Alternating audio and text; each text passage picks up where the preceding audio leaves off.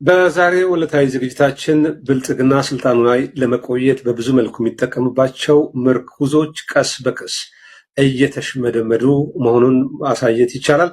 በኃይል ስልጣንን ለማስቀጠል እንዲሁም በተለያዩ ተቋማት አማካኝነት ህዝብን በማታለልና በማጭበርበር ጊዜ የመግዛት እንቅስቃሴም አለ። አጀንዳዎችም እየተወረወሩ ነው። ይህንን እንፈትሻለን። በጎጃም አንድ ድሮን ተከስክሷል። ከአካባቢው መረጃ ደርሶናል። ይሄም በዛሬው ዝግጅት ተካቷል። ሌሎች መረጃዎችም አሉ። በተለይ በመስቃና በማረቆ መካከል አሁንም ግጭት ተቀስቅሶ ከ9 ሰው በላይ መሞታቸውን እማኞች ከስፍራው ለኤምኤስ አረጋግጠዋል። አካተናል። በዚህ ዝግጅት ደረጀ ሀብቶል ከአምስተርዳም እንደማገኝ ጋሹ ከለንደን ቴክኒኩን በመምራት ሱራፊል ትእዛዙ ከዋሽንግተን ዲሲ ስቱዲዮ አብሮን ይዘልቃል። በውይይታችን መጨረሻ ላይ ለሁለት ሰዎች በስልክ ሀሳብ የሚያቀርቡበት አስተያየትና ጥያቄም ካለ የሚሰነዝሩበት የስልክ መድረክ እንደምንከፍት ኮድ ለመግለጽ እንወዳለን። በተለመደው ሰዓት እንግዲህ ጠብቁን።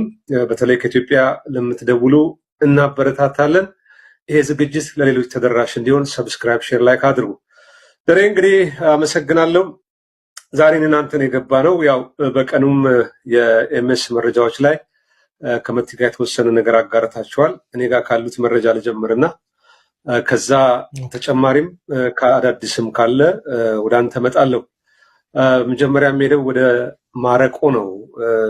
በማረቆና በመስቃን መካከል ተደጋጋሚ ግጭቶች ተነስተው ብዙ ንጹሃን ዜጎች ሲገደሉ ላለፈው 1 ዓመት ስንዘግብ ነበረ። እማኞችን ከስፍራው እያገኘን አሁንም ያ ግጭት ቀጥሏል። በተለይ በኢንሶኔ ዙሪያ ኦቻ የሚባል አካባቢ ግጭት ተቀስቅሶ 9 ንጹሃን ዜጎች መገደላቸውን እማኞች ከስፍራው ለኤምኤስ አረጋግጠዋል። የክልሉ አስተዳዳሪ 2017 ላይ ግጭቱ ይፈታል እያለ ይኸው 2018 ዓመተ ምህረት ገባ። ችግሩን ለመፍታት የጥናት ቡድን ተቋቁሞ ወደ ስፍራው አምርቶ ቦታው የማን ነው የሚል ጥናት ተደርጎ መልስ ከመስጠት ይልቅ ንጹሃን እርስ በርስ እንዲገዳደሉ ታጣቂዎች እንዲፈነጩበት በቦታው ላይ አድርገዋል። ለዚህ ማን ነው ተጠያቂ የሚሆነው? ማን ኃላፊነቱን ይወስዳል? መንግስት አለን ወይ ማለት ይቻላል ወይ ሲሉ በተሰበረ ልብ ተናግረዋል።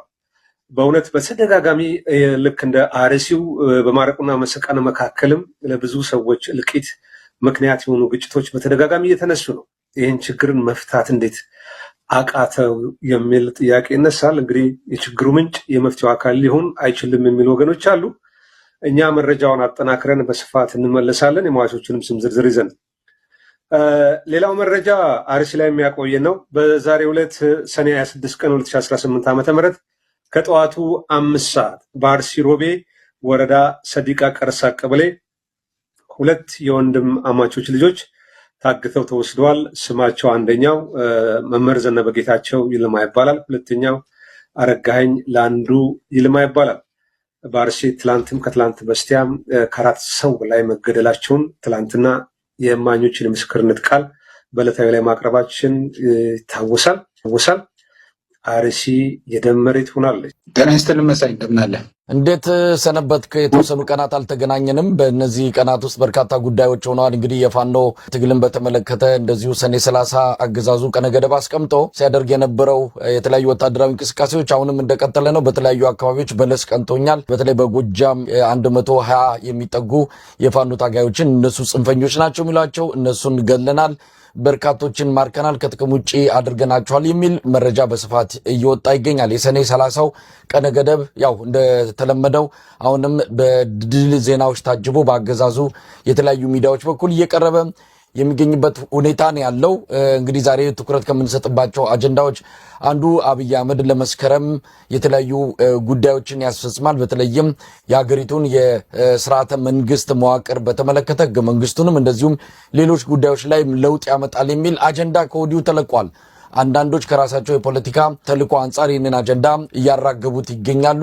እሱንም እንመለከተዋለን። እውነት መሬት የረገጠ ወይስ አብይ አህመድ ለማደናገሪያና የህብረተሰቡን የትኩረት አቅጣጫ ለማስቀየት ያመጣቸው ጉዳዮች ናቸው የሚለውን የምንመለከትበት ይሆናል። ሌሎች መረጃዎችንም እናነሳለን። አብይ አህመድ ከሰሞኑ በቱሪዝም ኢንዱስትሪ ዙሪያ የሰጠው ቃለ መጠይቅ አለ። በዚህ ቃለ መጠይቅ ላይ ያነሳቸውን አንዳንድ ሀሳቦች እንደዚሁ አለፍ አድርገን እያየን አስተያየታችን የምንሰጥበት ይሆናል።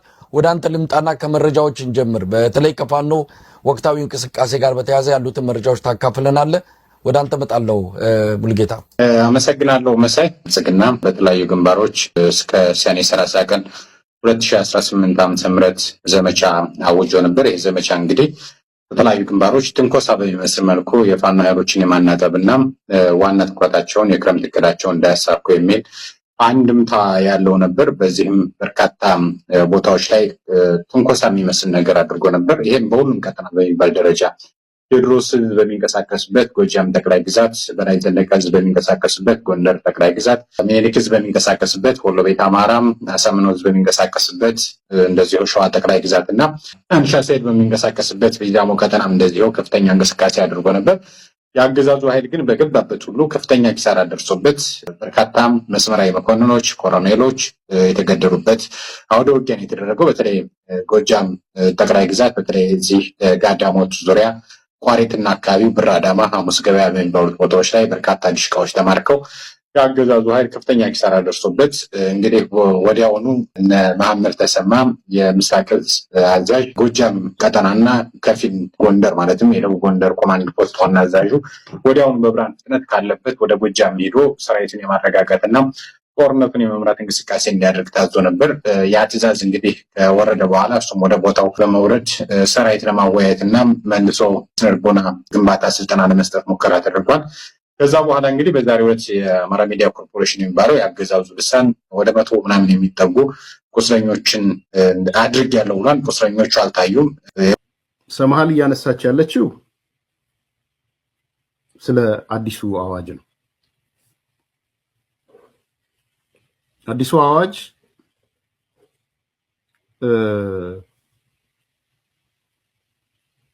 የደርግ ስርዓትን የሚያስታውስ አዋጅ ነው ያለችው።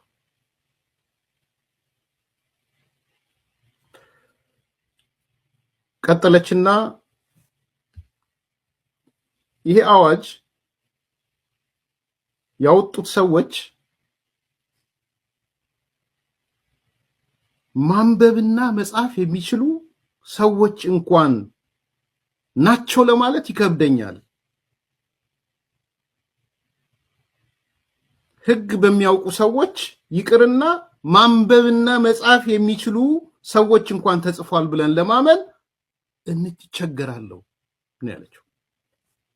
አዲሱ አዋጅ ሕግ በሚያውቁ ሰዎች ይቅርና ማንበብና መጻፍ በሚችሉ ሰዎች እንኳን ተጽፏል ብዬ ለማመን እንደምቸገር እገልጻለሁ ነው ያለችው።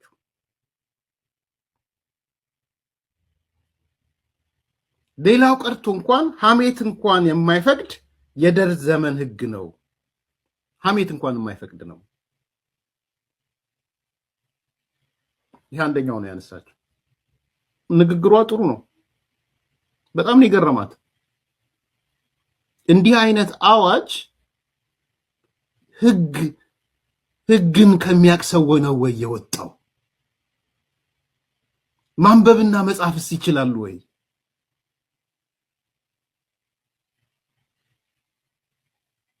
የሚል ጥያቄ ነው ያነሳችው። ማለት ተነጥላ ፈትለወርቅ የዲፕሎማሲ ደሃ ናት የሚለው እኔ ብዙ ልናገር አልችልም። ምን እንደሆነ አልገባትም። ዲፕሎማሲ የሚለው በአጠቃላይ ቲፒኤልኤፍ ዲፕሎማሲ ያውቃል ወይ? አሁን ይሄ ሃርድ ኮርስ የትኛው ዲፕሎማሲ ሲያውቁ ነው? ማለት ተነጥላ ፈትለወርቅ ሰማሃል ለምን እንዳልወጣቻት አላውቅም። የሆነ የአንድ ኢንሲደንት ንግግሯን አይታ ካልሆነ በስተቀር የትኛው የዲፕሎማሲ እውቀቱ ነው? የእንትናስ የማነው የደብረጽዮን የትኛው የዲፕሎማሲ እውቀቱ ነው? ሌሎቹም መዲድ በለው ምናምን በለው። ስለዚህ በጥቅሉ የግለሰብ ሳይሆን ያለው ድድብና ያለው ተገትረሽ ቅሪነት እንደ ሃርድ ኮር ነው ያለው። ዝም ብሎ ፈትለወርቅ ብቻ አይደለች፣ ሞንጆሪኖ ብቻ አይደለች። እንደሱ አይነት መሰል ሰዎች ነው የተሰበሰቡት።